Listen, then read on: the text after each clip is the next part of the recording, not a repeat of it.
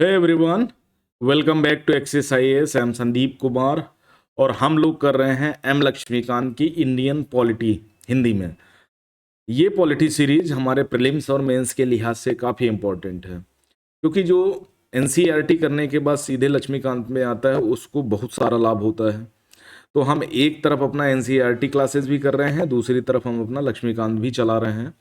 और ये मान के चलो, जिसने भी ये दोनों चीज़ों को कर लिया, लक्ष्मीकांत को एज ए मेन सोर्स और रेफरेंस के तौर पर आपने एनसीईआरटी को कर लिया, तो 100% के मान के चलो जो 20 से 25 क्वेश्चन आपके प्रीलिम्स एग्जाम में आते हैं, जो सेकेंड पेपर में जीएस के जो ठीक ठाक क्वेश्चन पूछे जाते हैं 100 नंबर का लगभग, कॉन्स्टिट्यूशनल है ना, या इंडियन पॉलिटी या फिर कॉन्स्टिट्यूशन से रिलेट करके क्वेश्चन पूछे जाते हैं, वो सारे आपको यहाँ मिल जाएंगे।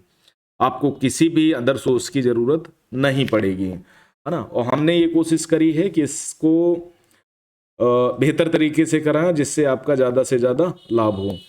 इसमें हमने देखो, जो कॉन्स्टिट्यूशनल फ्रेमवर्क पार्ट 1 है, इसमें हमने लगभग 5 चैप्टर कंप्लीट कर लिए हैं। पहला चैप्टर हमने किया था ऐतिहासिक पृष्ठभूमि, जिसपे हमने ताज और कंपनी के शासन को देखा था, है ना।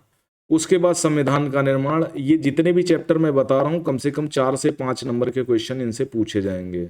ये जो 11 चैप्टर है ना, इससे लगभग 10 क्वेश्चन पूछे जाते हैं हर साल, है ना। तो इतना पढ़ लेने भर से ये मान के चलो स्टेट पीसीएस है आपका, है ना, यूपीएससी है, बड़े आराम से चीज़ें आराम से क्लियर हो सकती हैं। तो ऐतिहासिक पृष्ठभूमि, फिर संविधान का निर्माण, संविधान की सभा कौन था, कितने लोग थे, कैसे चुनाव हुआ था संविधान सभा का, और संविधान सभा की डिमांड कब की गई। तो हम बेसिक से लेकर के 1947 या 9 दिसंबर 1946 तक, उसके बाद जब तक संविधान बन के तैयार हुआ, उसके बाद संविधान को लागू किया गया 26 जनवरी 1950 को, वहां तक हमने समझा था। संविधान की प्रमुख विशेषताओं में हमने देखा था कि विस्तृत एवं लंबा संविधान, नम्यता अनम्यता का मिश्रण, है ना, एकल नागरिकता, मौलिक अधिकारों का समावेश, राज्य के कर्तव्य। तो इस तरह की बातें करके हमने ये समझा था कि जो साइलेंट फीचर्स ऑफ कॉन्स्टिट्यूशन है ना, इंडियन कॉन्स्टिट्यूशन, वो कितने विशेष हैं, है ना। और हमने अभी तक क्या प्रगति करी है, क्या चीज़ें हमने नहीं जानी है, और कहाँ तक हमारा जो डेमोक्रेटिक स्ट्रक्चर है वो बेहतर बना है। उसके बाद मोस्ट इम्पॉर्टेंट संविधान की प्रस्तावना हमने देखा था, उसके विभिन्न आयाम, संघ एवं इसका राज्य क्षेत्र लास्ट चैप्टर था हमारा, जिसमें हमने ये भाग 1 है हमारा, संविधान का भाग 1। कुल वर्तमान में 25 भाग हैं, मूल संविधान में 22 थे। और अनुच्छेद की अगर बात करें तो 1 से 4 तक, भाग 1 में 1 से 4 तक है, जिसमें संघ एवं इसका राज्य क्षेत्र आता है। ओके। और वर्तमान में 460 प्लस अनुच्छेद हैं, मूल संविधान में 395 थे। ओके। आज हम जो देखेंगे वो नागरिकता देखेंगे, इसके बाद फंडामेंटल राइट्स है, नीति निर्देशक तत्व, मूल कर्तव्य, और आगे बढ़ते जाएंगे तो संविधान का संशोधन और संविधान की मूल संरचना। तो चलिए आपका अपना पहला चैप्टर स्टार्ट करते हैं, यानी नागरिकता, जो आज का चैप्टर है सिटीजनशिप। ये संविधान के भाग 2 में है, अनुच्छेद 5 से 11 तक। अब देखो, अगर आपसे कोई पूछे कि भारतीय नागरिकता कौन प्रदान करता है, तो होम मिनिस्ट्री प्रदान करती है। होम मिनिस्ट्री के अंतर्गत नागरिकता से रिलेटेड सारी चीज़ें आती हैं। और जो संविधान संशोधन विधेयक प्रस्तुत किए जाते हैं, जो भी बिल्स आते हैं, वो भी होम मिनिस्ट्री तैयार करती है। उसके बाद वो लोकसभा या राज्यसभा में लेकर के आती है। तो नागरिकता देखो, मोस्टली नागरिकता 2 टाइप की है ऑल इन वर्ल्ड में। पहली सिंगल सिटीजनशिप। अब जैसे भारतीय है, हम भारतीय रूप से ज़्यादा जाना जाते हैं। अगर सिटीजनशिप वाले कॉलम में हम क्या इंडियन लिखते हैं या भारतीय लिखते हैं, तो हमारी नागरिकता क्या है, सिंगल सिटीजनशिप है। और सिंगल सिटीजनशिप ये ब्रिटेन के संविधान से हमने ली थी, ठीक है, ब्रिटेन के संविधान से ली है। अगर ड्यूल सिटीजनशिप की बात करें तो ये अमेरिकन संविधान का एक विशेषता है कि वहाँ व्यक्ति पहले राज्य का नागरिक होता है और उसके बाद देश का नागरिक होता है, ठीक है। तो वहाँ दोहरी नागरिकता चलती है। अब हम दोहरी नागरिकता को नहीं अपनाना चाहते थे, उसका सबसे बड़ा रीजन था कि हम बहुत ज़्यादा विविधता थी देश में, और अगर दोहरी नागरिकता की बात करते तो शायद चीज़ें गड़बड़ हो सकती थी, इसलिए हमने दोहरी नागरिकता की नहीं, हमने बंधुत्व की बात करी, एकात्मकता की बात करी और विविधता में एकता की बात करी, तो हमने सिंगल सिटीजनशिप की बात कर ली और संविधान में उसको रख दिया गया कि हम एकल नागरिकता वाले देश हैं, है ना। हमारी नागरिकता क्या है, हम सभी चाहे जिस जाति से हैं, किसी धर्म से हैं, किसी भाषा है, किसी मूल वंश से हैं और किसी भी देश के कोने से हैं, हम सब, हमारी एकमात्र पहचान है वो है इंडियन। उसके बाद सारी पहचानें आती हैं। ओके, तो सबसे ज़्यादा जिसको गर्व होना चाहिए वो भारतीय होने पर होना चाहिए, इंडियन। ओके, तो ये बात हो गई। अब ये याद रखना नागरिकता कौन प्रदान करता है। अब ड्यूल सिटीजनशिप क्या होती है, दोहरी नागरिकता, जैसा कि मैंने बताया कि एक पूरे देश का नागरिक होता है, दूसरा राज्यों की अलग अलग नागरिकता होती है, वहाँ दोहरी नागरिकता होती है। जैसे यूएसए में एक नागरिकता अमेरिका पूरे देश की है और दूसरी राज्यों की है। 50 स्टेट हैं, तो इसका मतलब मान लिया ए कोई व्यक्ति है और बी स्टेट से बिलोंग करता है, तो पहले उसका नाम वहाँ की नागरिकता सूची में होगा कि बी स्टेट का निवासी है, उसके बाद यूएसए का निवासी होगा। ओके, अब आर्टिकल 1 क्या कहता है, अनुच्छेद 1 से बात शुरू करते हैं। संसद को यह शक्ति दी गई है कि वह नागरिकता से संबंधित कानून बना सकती है। अब नागरिकता जो है ना, सिटीजनशिप संघ सूची का विषय, जैसे राज्य भाग 1 संघ सूची का विषय था, उसी तरह नागरिकता भी संघ सूची का विषय है। अब जब संघ सूची का विषय है तो उस पर कानून बनाने का अधिकार किसको है, संसद को है, हमारी पार्लियामेंट को है। ठीक है, अब नागरिकता अधिनियम 1955 आया था, जब हमने संविधान को लागू किया 1955 में, हमने नागरिकता अधिनियम को अमेंड किया। ठीक है, फर्स्ट अमेंडमेंट एक्ट आया था 1955 में, और बाद में इसी अमेंडमेंट एक्ट में क्या किए गए, संशोधन किए गए। पहला संशोधन 1986 में किया गया, सेकंड संशोधन 1992 में किया गया, थर्ड संशोधन 2003, चौथा संशोधन 2005, फिर पांचवा संशोधन 2015 में। इसमें क्या किया गया था कि जो अल्पसंख्यक समुदाय के लोग हैं, है ना, खासकर हिंदू, है ना, बौद्ध, ईसाई, पारसी, ये सब जो भी भारत के अलावा बांग्लादेश है, जैसे अफगानिस्तान है, पाकिस्तान में अगर प्रताड़ित हैं, अगर धार्मिक आधार पर इनके साथ भेदभाव किया जाता है, तो और ये एक विशेष डेट पर भारत में आ गए हैं और शरणार्थी का जीवन जी रहे हैं, तो इनको नागरिकता प्रदान करने के लिए ये अमेंड किया गया था।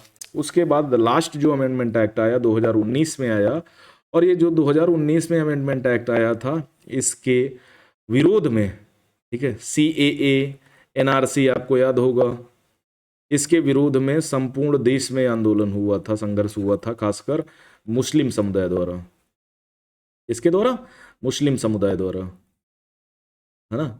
और सबसे प्रसिद्ध जो प्रदर्शन हुआ वो शाहीन बाग का था, शाहीन बाग दिल्ली।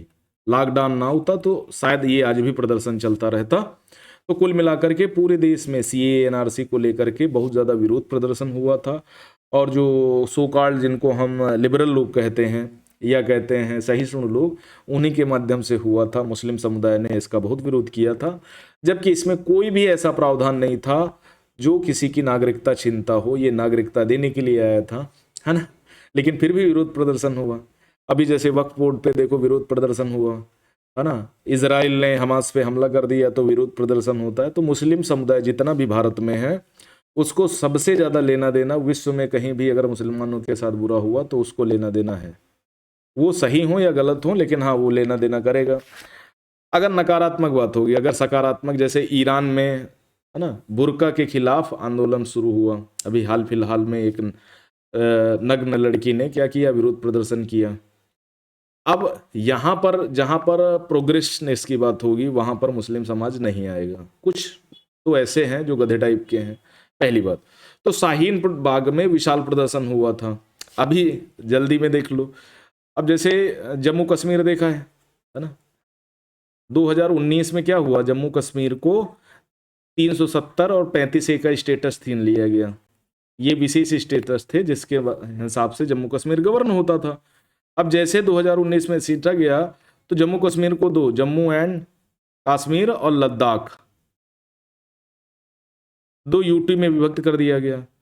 अब इसमें तो विधानसभा नहीं है, लेकिन इनको विधानसभा दे दी गई। 2024 में इनके लिए चुनाव कराए गए। अब जब चुनाव कराने के बाद विधानसभा का पहला सत्र हुआ अभी कुछ दिन पहले, है ना, तो वहां से जानते हो कौन सा प्रस्ताव पारित होता है, 370 और 35A को बाहर लाने का। और वहाँ जो सरकार बनी नेशनल कॉन्फ्रेंस की है, उमर अब्दुल्ला मुख्यमंत्री हैं, उनको सपोर्ट करने वाली है इंडियन नेशनल कांग्रेस। अब सोचो, मतलब जो जाहिलियत वाला काम हो रहा है वो 370 और 35 ए को वापस लाने का हो रहा है, जबकि इनके पुरखों बाप दादाओं में दम नहीं कि इसको वापस ले आए, क्योंकि इसका जो पेच है ना वो बड़ा अलग प्रकार का है। तो कुल मिलाकर के यूटी है, और यूटी ऐसी जिसको विधानसभा दी गई है दिल्ली की तरह। ओके, तो ये एक बात हो गई, प्रस्ताव पारित हो गया। क्या प्रस्ताव 370 ए आएगा नहीं आएगा, ये बात बहुत बड़ा विषय हो जाएगा। ठीक है, तो ये हुआ है ना। तो कुल कितने संशोधन किए गए ये भी पूछा जाता है। पहला 1986 में, दूसरा 1992 में, तीसरा 2003 में, चौथा किया गया 2005 में, छठा किया गया 2015 में, और सातवां लास्ट 2019 में किया गया। ठीक है, बात समझ में आ गई नहीं आ गई? तो 1955 के अमेंडमेंट एक्ट में, एक सिटीजनशिप अमेंडमेंट एक्ट में संशोधन किए गए। ठीक है, संघ सूची का विषय है। पहली बात, गृह मंत्रालय नागरिकता प्रदान करता है। अब क्या है, अब जैसे भारतीय नागरिकता अधिनियम 1955 नागरिकता के 5 प्रकार बताता है, यानी 5 प्रकार से नागरिकता दी जाती है ना। उन्हीं में बार बार 86, 92, 2003, 2005, 2015, 2019 में क्या किया गया, संशोधन किया गया। बात समझ में आई? तो वो 5 प्रकार कौन से हैं ये आपके लिए जानना बहुत इंपॉर्टेंट है। ठीक है, पहली बात तो जन्म के आधार पर, जन्म हुआ आपका भारत में, 1955 अधिनियम। अब 26, जिसका जन्म 26 जनवरी 1950 के पहले, अगर किसी व्यक्ति का जन्म स्थान भारत है तो वह भारत का नागरिक होगा। ये एकदम सिंपल सी बात है, इस एक्ट में ये बात कही गई है ना। अगर किसी का जन्म संविधान लागू होने के पहले, ठीक है, अगर भारत में होता है तो वो हमेशा भारत का नागरिक होगा। Place by of birth India है तो वो भारत का नागरिक होगा। समझते चलना, बहुत थोड़ा सा डिफरेंस है। अगर 86 में संशोधन किया गया, क्या किया गया, सेकंड एक बात रख दी गई, व्यक्ति के जन्म के समय उसके माता पिता में से कोई एक भारत का नागरिक होना चाहिए, तो व्यक्ति क्या होगा, भारत का नागरिक होगा बाई जन्म द्वारा। क्या कहा गया, 1955 का एक्ट कहता है कि 26 जनवरी 1950 के पहले अगर किसी व्यक्ति का जन्म भारत में होता है तो भारत का नागरिक होगा। इसी में थोड़ा संशोधन करके कहा गया कि व्यक्ति के जन्म के समय उसके माता पिता में से कोई एक भारत का नागरिक होना चाहिए, तो व्यक्ति बाई बर्थ भारत का नागरिक होगा। तो पहली बात आपको स्पष्ट हो जानी चाहिए। अब सेकेंड जो टर्म है, वंश परंपरा के माध्यम से कहा गया, जन्म स्थान भारत के अगर बाहर है, लेकिन 55 में 26 जनवरी 1950 के बाद ऐसा व्यक्ति भारत का नागरिक यदि उसके जन्म के समय उसके माता पिता भारत के नागरिक हों। ठीक है, ये शब्द जोड़ा गया था, माता। ठीक है, पहले माता पिता था, 1992 में संशोधन करके पिता शब्द जोड़ा गया, माता को हटा दिया गया कि अगर 26 जनवरी 1900 बाद कोई व्यक्ति भारत के बाहर जन्मा है लेकिन उसके माता या पिता भारत के नागरिक हैं 1955 द्वारा, लेकिन बाद में 92 में संशोधन करके उसके पिता भारत के नागरिक हैं, तो वो वंश परंपरा के आधार पर भारत की नागरिकता प्राप्त करने का अधिकारी होगा। बात समझ में आई ना? तो ये सेकेंड टर्म बताइए। उसके बाद नोट करके एक बात, 2004 में जब संशोधन किया गया तो 3 दिसंबर 2004 में क्या कहा गया, अगर किसी बच्चे का जन्म भारत के बाहर हो रहा, उस बच्चे के जन्म का पंजीकरण 1 वर्ष के अंदर उस देश के भारतीय दूतावास इंडियन एम्बेसी में करवा देना चाहिए। मतलब नोट करके एक बात जोड़ दी गई, अगर कोई ऐसा बच्चा है, ठीक है, 26 जनवरी 1950 के बाद अमेंड करके 2004 में संशोधन किया गया, कहा गया कि अगर उसका जन्म भारत के बाहर हुआ हो, मान लिया अमेरिका में हुआ, ब्रिटेन में हुआ, है ना, किसी अदर कंट्री में हुआ, भारत के बाहर का मतलब किसी अदर कंट्री में होता है, तो सीधी सी बात 1 वर्ष के अंदर विद इन ए ईयर क्या करना है, उसका भारतीय काउंसिलेट या भारतीय एम्बेसी इंडियन एम्बेसी में पंजीकरण करवा देना है।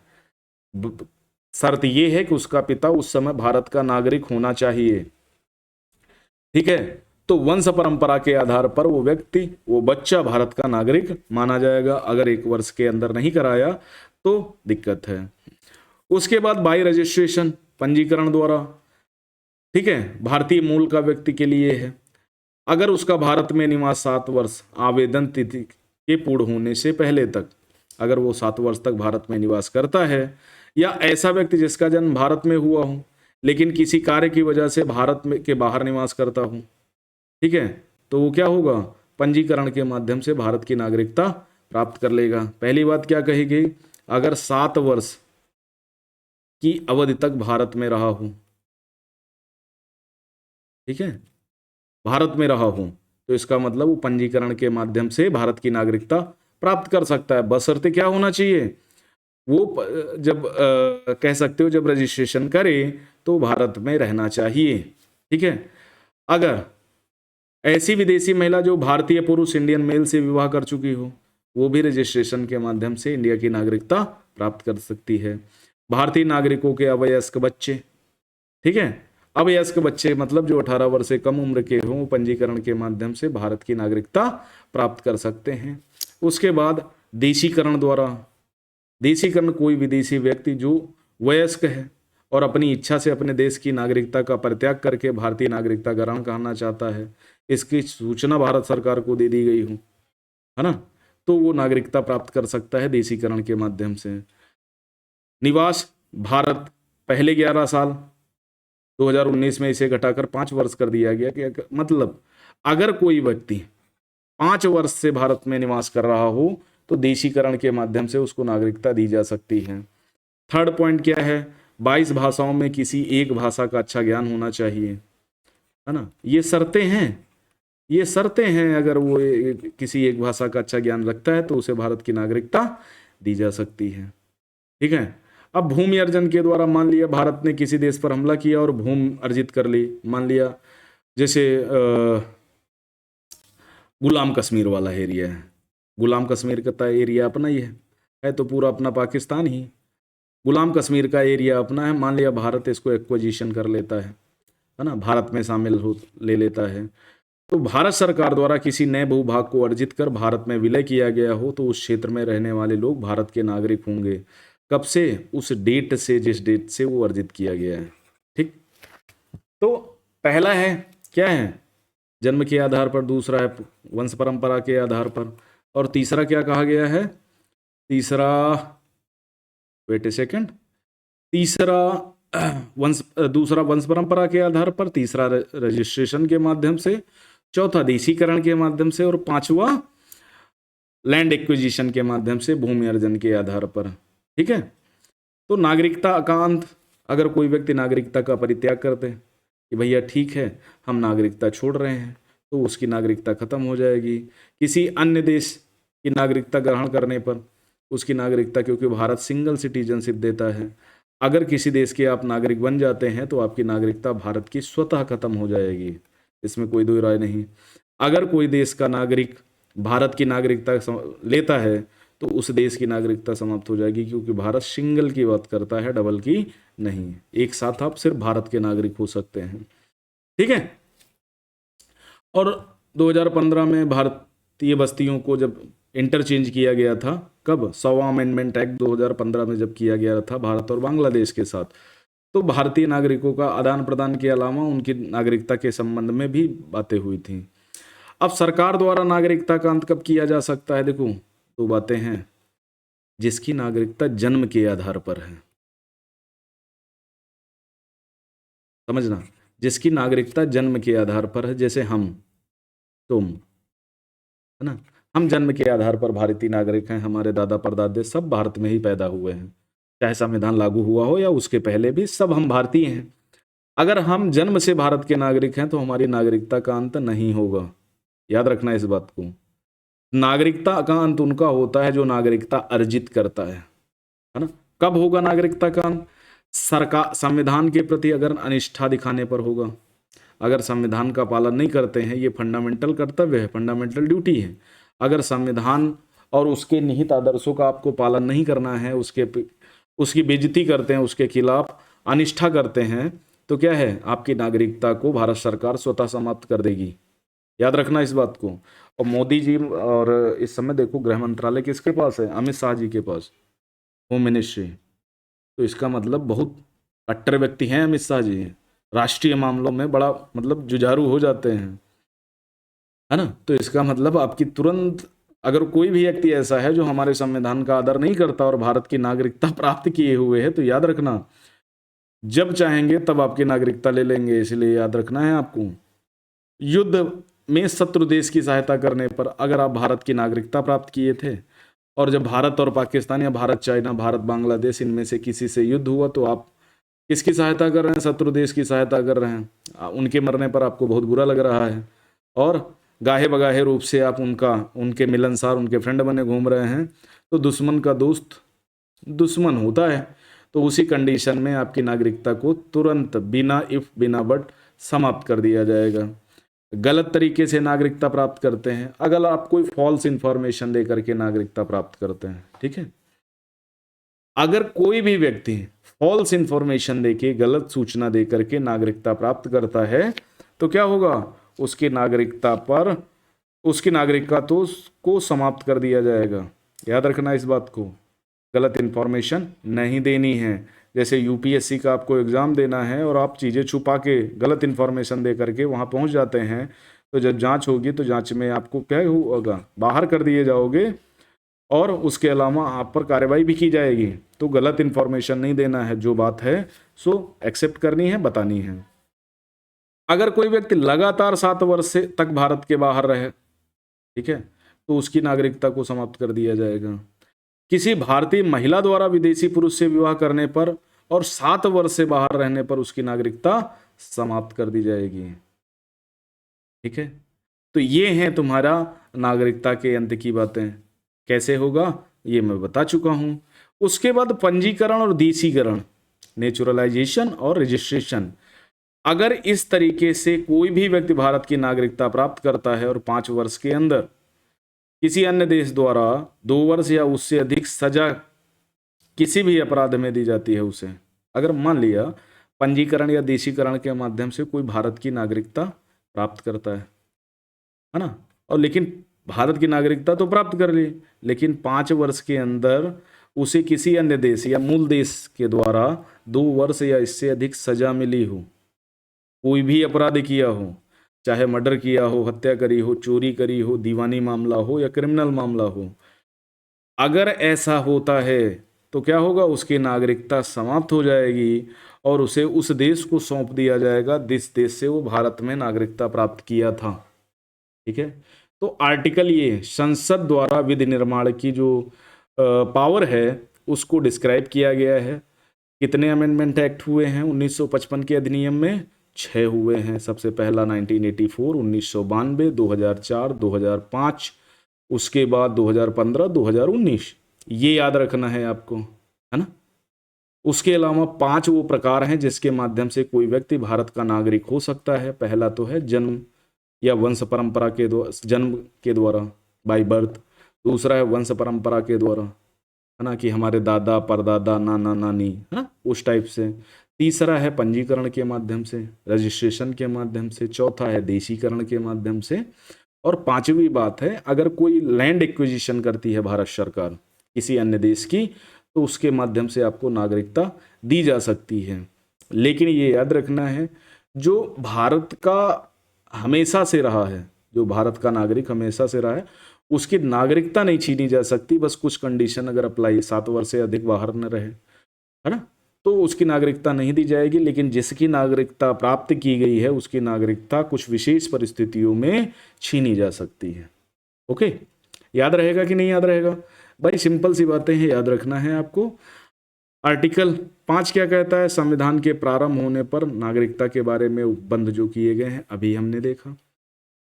आर्टिकल 6 क्या कहता है? भारत से पाक आने वाले व्यक्ति की नागरिकता, सॉरी, पाकिस्तान से भारत आने वाले व्यक्ति की व्यवस्था, यानी संविधान लागू होने के पहले या बाद में पाकिस्तान से वो भारत आया है, उसकी नागरिकता के संबंध में बातें लिखी गई हैं।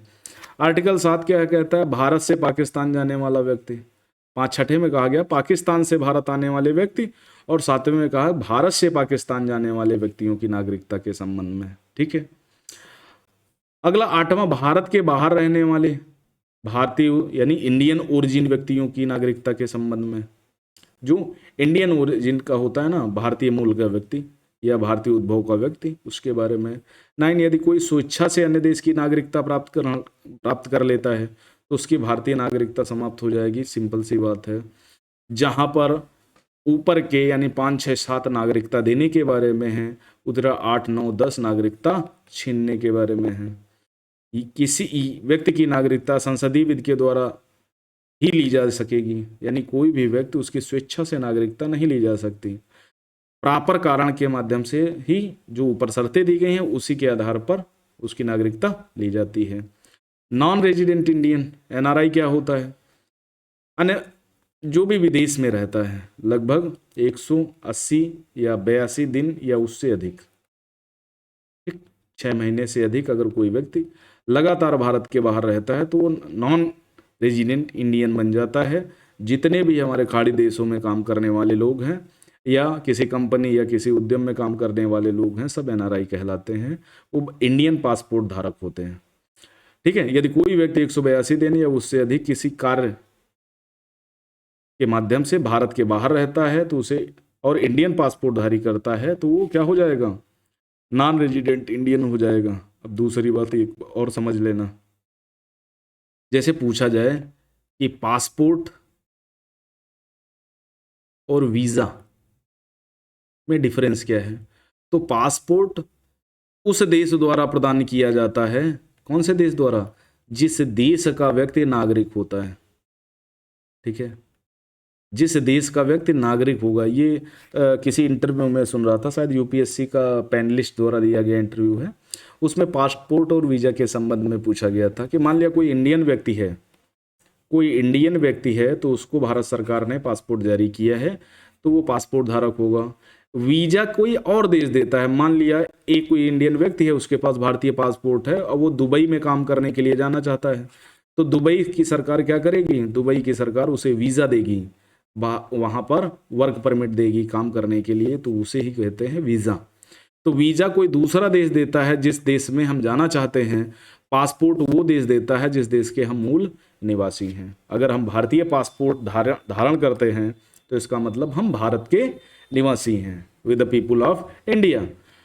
पीआईओ क्या? तो पर्सन ऑफ इंडियन ओरिजिन, भारतीय मूल का व्यक्ति, जिसके दादा दादी माता पिता नाना नानी में से कोई एक व्यक्ति भारत का नागरिक रहा हो। उसके बच्चे अगर अमेरिकन है तो वो भारतीय मूल के व्यक्ति कहलाते हैं। जैसे कमला हैरिस को माना जाता है भारतीय मूल की व्यक्ति। अब पीआईओ कार्ड धारक पहले चलता था, अब समाप्त कर दिया गया है। अब ओसीआई नागरिकों को और ये जो तुम्हारे पीआईओ कार्ड धारक हैं उनको एक में मर्ज कर दिया गया, विलय कर दिया गया है। जिस व्यक्ति के पास यह कार्ड, उसे भारत आने के लिए पासपोर्ट की जरूरत नहीं होगी। ठीक है। अब दोनों मर्ज कर दिए गए हैं। व्यक्ति भारत बिना पासपोर्ट के आ सकता है। ठीक है। 2019 सिटीजनशिप अमेंडमेंट एक्ट में कुछ चीजें की गई और लागू इसको 10 जनवरी 2020 से किया गया। अब क्या कहा गया, ये सबसे इंपॉर्टेंट है क्योंकि इसी के माध्यम से बड़ा विरोध प्रदर्शन हुआ था।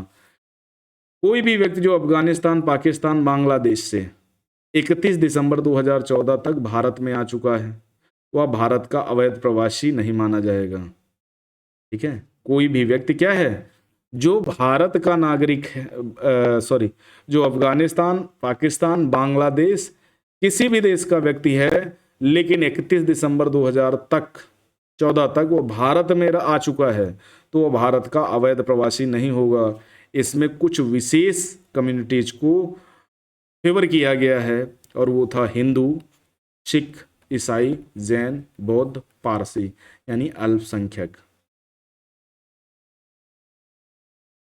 धार्मिक अल्पसंख्यक जिनका धार्मिक उत्पीड़न हुआ हो पाकिस्तान में, बांग्लादेश में या अफगानिस्तान में, तो ये सारे व्यक्ति क्या हैं? बिना किसी लाग लपेट के भारत में आ सकते हैं और भारत में निवास कर सकते हैं, बशर्ते ये 31 दिसंबर 2014 के पहले भारत में आए हों और दूसरा ये साबित करें कि नहीं हम धार्मिक रूप से प्रताड़ित हैं पाकिस्तान, बांग्लादेश, अफगानिस्तान में, तो ये व्यक्ति भारत की नागरिकता इनको दे दी जाएगी। 31 दिसंबर 2014 के बाद से भारत के नागरिक समझे जाएंगे। बात समझ में आई? तो ये मूलतः जो अधिनियम था ये नागरिकता देने के संबंध में था।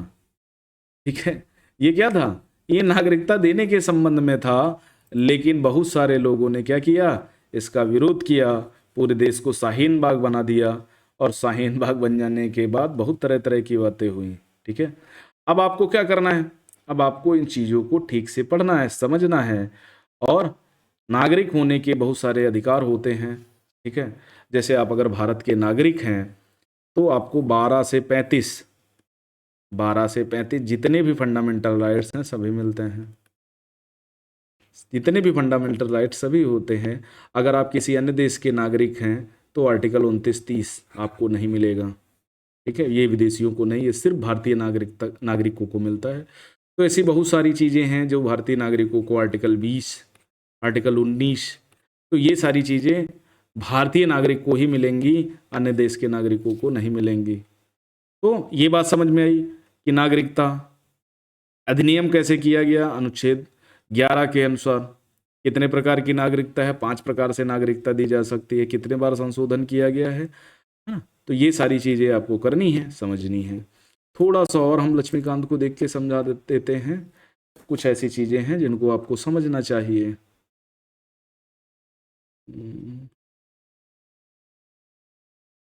1955 हो गया।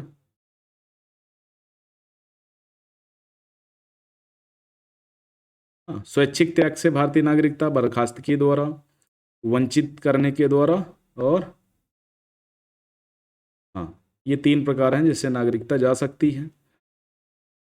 भारतीय नागरिकता एक LM सिंघवी की अध्यक्षता में 2000 में कमेटी बनी थी, उसने कुछ अपने दिए थे कार्ड धारकों के संबंध में, जो PIO और वो सारे थे। ठीक है, अर्हता के बारे में, कहाँ आवेदन करना है, कैसे आवेदन करना है, ये सब सारी चीज़ें उसमें हो चुकी हैं। कोई व्यक्ति भारत की नागरिकता कैसे प्राप्त कर सकता है, अब देखो सिंपल सी बातें हैं। 5 अनुच्छेद 5 संविधान लागू होते समय नागरिकता। अनुच्छेद 6 कुछ ऐसे व्यक्तियों को नागरिकता के अधिकार जिन्होंने पाकिस्तान से भारत प्रव्रजन किया है, यानी भारत पाकिस्तान से भारत आए हैं। 7वां पाकिस्तान से प्रव्रजित व्यक्तियों के नागरिकता के अधिकार, यानी जो भारत से पाकिस्तान चले गए हैं। तो ये 3 नागरिकता देने के बारे में है पहली बात, और ये 3 नागरिकता छीनने के बारे में है। भारतीय मूल के वैसे लोग नागरिकता के अधिकार जो भारत के बाहर निवास कर रहे हैं, स्वेच्छा से भारतीय नागरिकता को प्राप्त कर रहे हैं, जिन्हें नागरिकता नहीं मिल सकती। नागरिकता के अधिकारों की निरंतरता, और संसद द्वारा कानून बनाकर नागरिकता अधिकारों का अधिनियम कितने बार संशोधन किया गया है। पहला एक्ट आया था 1955, फिर 1984, 1992, 2004, 2005, 2014, 2019। ठीक है, तो ये सारे तुम्हारे अमेंडमेंट एक्ट हैं, शपथ वगैरह होती है, और इसके माध्यम से आपको दिया जाता है। तो बहुत बड़ा नहीं है ना। आपको क्या करना है, ध्यान से इसको करना है, समझना है, और जहाँ पर आपको दिक्कत समझ में आए हमें बताना है, हम इसको ठीक से समझाने का और प्रयास कर देंगे। बाकी सारी चीज़ें बहुत बड़ी नहीं हैं, है ना, सिंपल सी चीज़ें हैं, बस आपको थोड़ा सा ध्यान लगा के काम करना है, और बड़ा आसान चैप्टर है। हालांकि इससे बहुत सारे क्वेश्चन नहीं है, लेकिन कभी कभार क्वेश्चन पूछ लिए जाते हैं। तो आज के लिए इतना ही, थैंक यू वेरी मच, नमस्कार, मिलते हैं अगली क्लास में, तब तक के लिए धन्यवाद।